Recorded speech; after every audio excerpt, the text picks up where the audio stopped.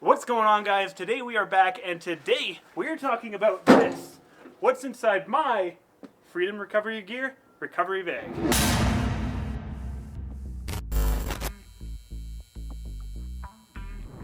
Brought to you in part by Overland Outfitters.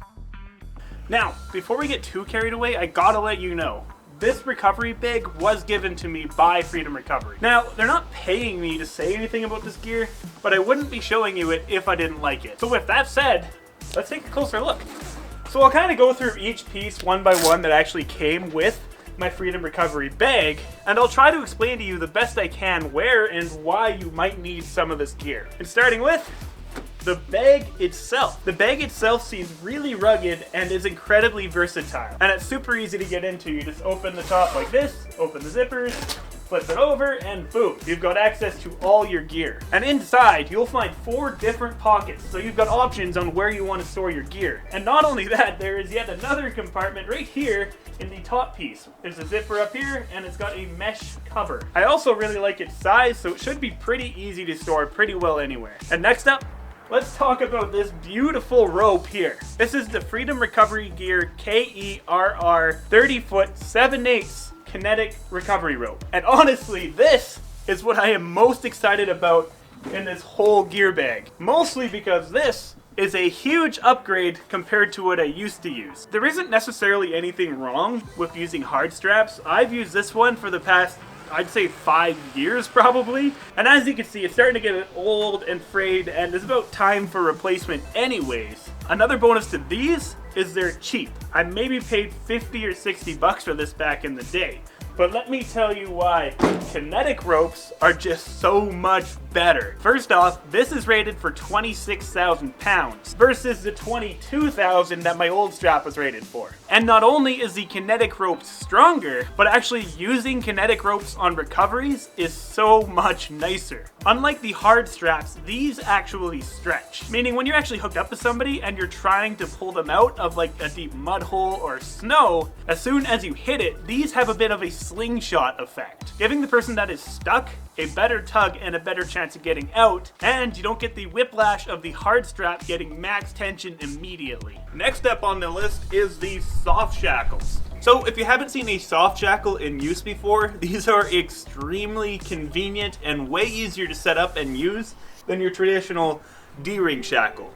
These you need to physically unscrew, then slide through your rope, slide through your trailer hitch, and then screw it back on. And oftentimes these are so tight or they're frozen or whatever that they're just a pain in the butt to use. These guys are super easy.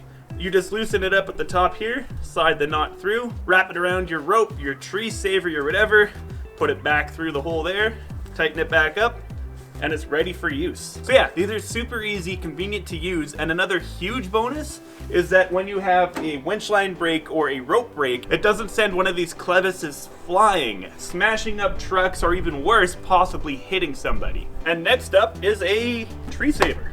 Now this guy's pretty self-explanatory. Essentially, you just wrap it around a tree before you start winching to it, connect your winch line to there, and then your winch line won't scar up the tree and possibly kill it, and you don't have to worry about your winch line cable getting destroyed by rubbing on the tree itself either.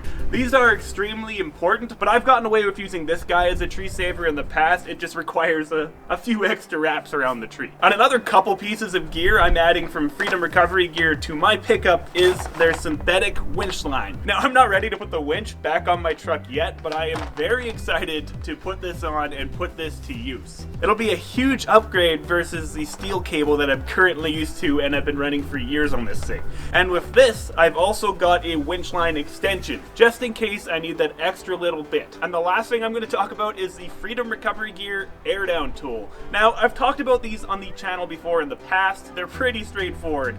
These screw onto your valve stem, you pull this out, and it airs down. Anyways, guys, that about wraps up this episode of Dirt Garage. I hope you enjoyed it. Really, it's just a quick overview on what's inside my recovery bag, and there's going to be 2 videos this week. On Friday, we'll return with how I did the bob on my 1989 Toyota pickup, and yeah, we'll see you there. Anyways, guys, if you like this stuff, please remember to give me a thumbs up, subscribe if you're new, and hey, we'll see you Friday. Couple stacks, do exactly what I want to. Mix a couple tracks, get a lady that I'm drawn to. Turn up to the max, get me faded till I'm gone, dude. I do what I want, couldn't stop me if you wanted to.